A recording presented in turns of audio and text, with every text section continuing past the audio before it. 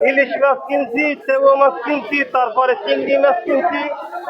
দাম তো অনেক বেশি, এখন দাম হইলে তো খাওয়া যাবে না।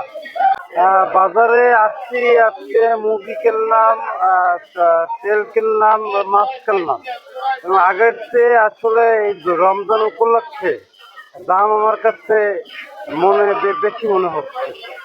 তাই এই জায়গার যে উপজেলা প্রশাসন আছে তাদের কাছে আমাদের বিনীত অনুরোধ থাকবে যেন রমজান উপলক্ষে যেন দামটা সহনশীল থাকে, যেন আমরা সাধারণ মানুষ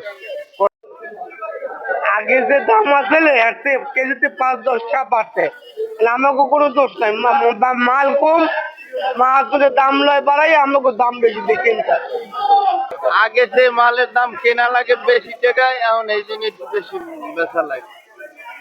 গাড়ির কারণে এবং নির্বাচনের কারণে মরিচের দাম বৃদ্ধি ছিল, অন্যান্য সবজি কোনো ভোটাররা তোলে নাই, যেহেতু ওই নির্বাচনের কারণে। এখন দাম আছে টমেটো 40 টাকা, ফুলকপি 30 টাকা, আপনার চিপ 30 টাকা, কলি 40, মরিচ 160 টাকা পাইকারি।